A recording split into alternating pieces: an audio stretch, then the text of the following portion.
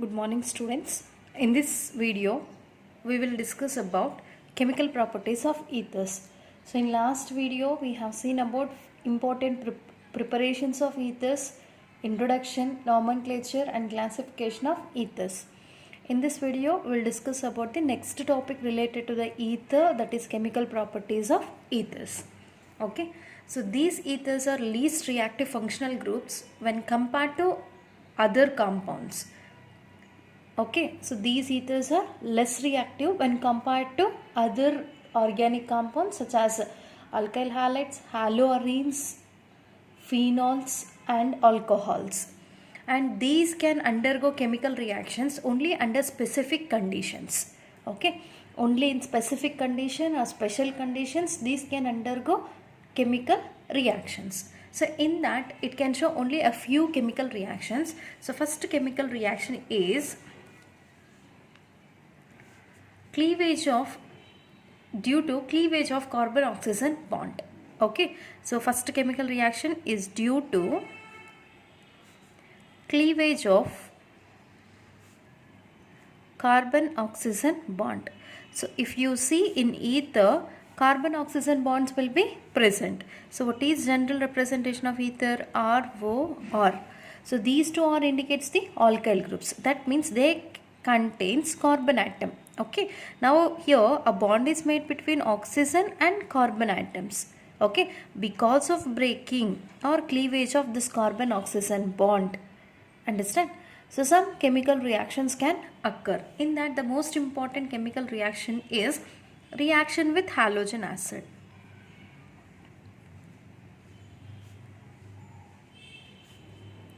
Okay, reaction with halogen acid. So first we want to know what is halogen acid. We know halogens are indicated by X. Acid is nothing but the compound which can release hydrogen. If a compound contains HX, that is known as halogen acid. Okay, first chemical property is reaction with halogen acid. So here these ethers can undergo. So general representation of ether is ROR. When this ether undergo reaction with halogen acid such as HX. Okay, so exactly between the oxygen and carbon, either this bond or this bond involves in breakage. Okay, now this RO part is added to hydrogen, X is added to alkyl group, then we will get here ROH. So to this RO, hydrogen is added and we got ROH, that is alcohol. Plus halogen is added to alkyl group and we will get RX, that is alkyl halide. So when a reaction takes place between the ether and halogen acid, we will get alcohol and alkyl halide. So this alcohol, whatever is obtained, again it participates in one more mole of halogen acid. Now I am taking the alcohol which is formed in the above step, and when it reacts with halogen acid, okay, it loses water. OH of alcohol reacts with hydrogen of halogen acid. Together eliminates as H2O.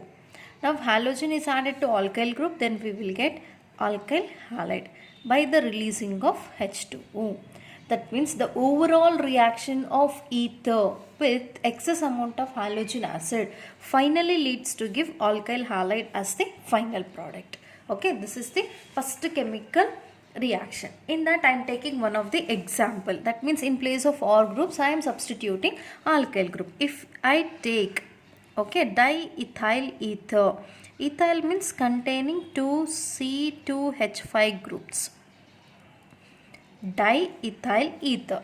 So when this diethyl ether reacts with less amounts of hydrogen iodide, okay, now it is in less amounts. So when hydrogen iodide is taken in less amounts, only 1 mole of alkyl halide will be formed. Now exactly here bond involves in breakage. Hydrogen is added to oxygen, iodine is added to C2H5. Then we will get C2H5OH. Okay, we will get C2H5OH plus C2H5 is added by iodine. We will get here C2H5I. Alkyl iodide. Only 1 mole of alkyl iodide and 1 mole of alcohol is formed if you take this halogen acid in less amounts. If the same reaction is undergoing reaction with more amounts of halogen acid, I am taking diethyl ether once again. When it reacts with excess amount of hydrogen iodide, now it is in more amounts or excess amounts. So again here the bond between carbon and oxygen, both the bonds involves in breakage. This one oxygen take up these two hydrogens, eliminates as H2O. And here two iodine molecules, iodine atoms are present, that is iodide ions. These two iodide ions added to C2H5 groups. Then we will get here 2 moles of C2H5I, that is ethyl iodide, plus it releases water.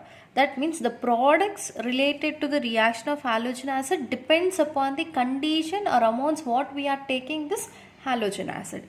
If you take halogen acid in less amounts, only 1 mole of alkyl halide is formed and 1 alcohol is liberated.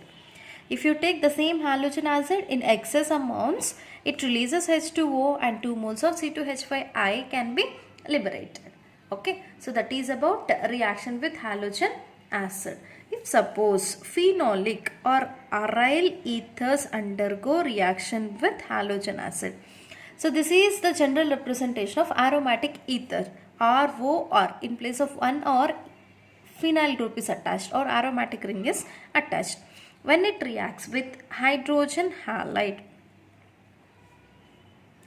so always the bond breaks between alkyl carbon and oxygen, but not between aromatic carbon and oxygen, because this aromatic carbon and oxygen bond is highly stable.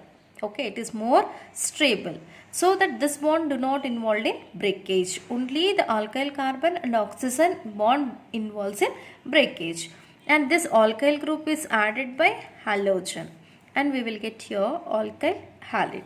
And whatever the hydrogen is eliminated from here, that reacts with oxygen and converts into phenol. Remember, in case of aromatic ethers, always the bond breaks between oxygen and R.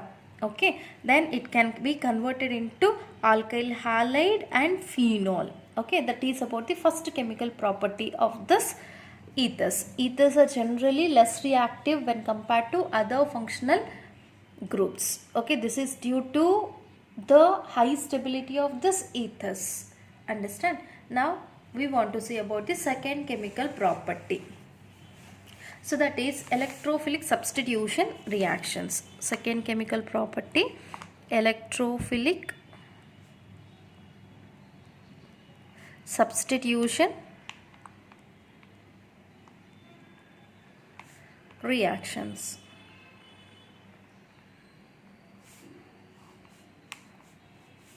Okay, so first we want to know why these ethers are participating in only electrophilic substitution reactions. Because, okay, so the OR group whatever is attached to the aromatic, only especially aromatic ethers participates in electrophilic substitution, but not alkyl ethers. So why aromatic ethers are undergoing this electrophilic substitution, that we want to know first. Okay, in aromatic ethers, whatever OR group is present on benzene ring, okay, this OR group can act as electron donating group. Okay, it can act as electron donating group because on this oxygen we can see two lone pair of electrons. Those two lone pair of electrons are freely available on this oxygen, which can be easily participates in delocalization of the electrons present in benzene ring. Even benzene ring is containing pi bonded electrons. So this lone pair of electrons in oxygen delocalizes with the pi bonded electrons present in benzene ring. So when this lone pair of electrons are given to this carbon atom, then it will make a pi bond between oxygen and carbon. So this same structure I am writing here.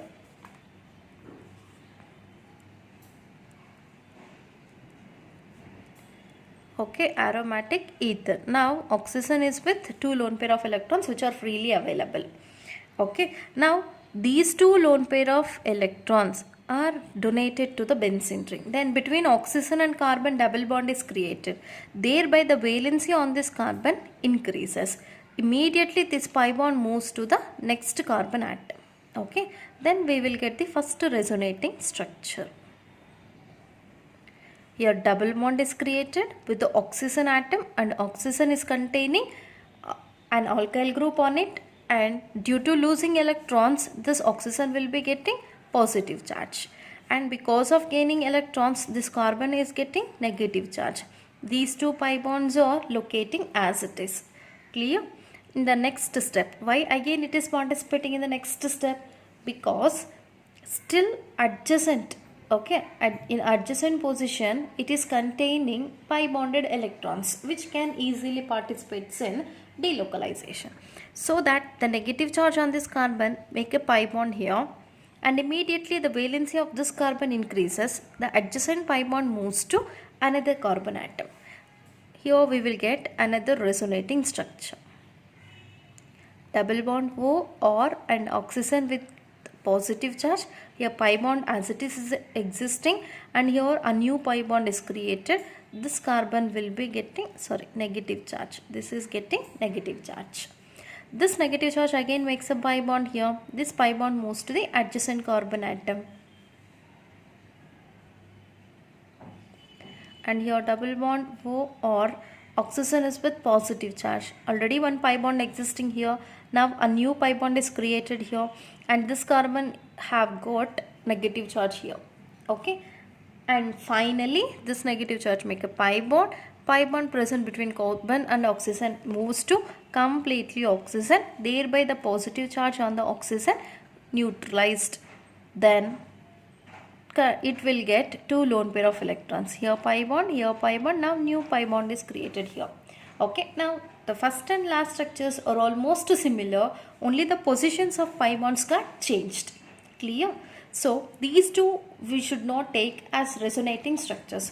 We have to consider the other three are as resonating structures. Okay, this is first resonating structure, and it is second resonating structure, and it is third resonating structure. If you observe these three resonating structures, in these three resonating structure, negative charge is delocalizing between the carbon atoms present in the benzene ring. Okay, it keep on rotating between the carbons present in the benzene ring. So at ortho, this is ortho position, even this is ortho position, and it is para position. At these three positions we can see the presence of more electron density. Negative charge indicates electron density which is in more. Okay, due to containing more electron density on these three positions, so the coming electrophile is a species which is containing positive charge. So the coming electrophile can attack either at the ortho position or at the para position, because these two positions are now in more electron density. And here electrophile is lack of electrons. Okay, so it tries to accommodate, or it is tries to be in a position where the electron density is more. Here these two positions are with more electron density. So the incoming electrophile can attack either at ortho position or at para position. So whatever the hydrogens present at these two positions, okay, ortho and para positions, those are replaced. Okay, those are replaced by electrophile. That replacement of reaction is known as substitution. So it is replacing with which atom? Electrophile. Okay, so it is known as electrophilic substitution reaction. Why these electrophiles are accommodating either at ortho position or at para position? Because the OR group, alkoxy group present on benzene ring, can always act as a electron donating group. So it can direct the position of second coming electrophile either towards ortho position or towards para position. So this group is known as ortho para directing group. Okay, so due to having ortho para directing group on the aromatic ring, so these aromatic ethers can participate in electrophilic substitution reaction. The coming electrophile can attack either at ortho position or at para position. So that we will get here two types of compounds, that is ortho substituted ether and para substituted ethers. Okay, this is the reason why they can participate in electrophilic substitution reaction. In next video, we'll see the examples of this electrophilic substitution reactions.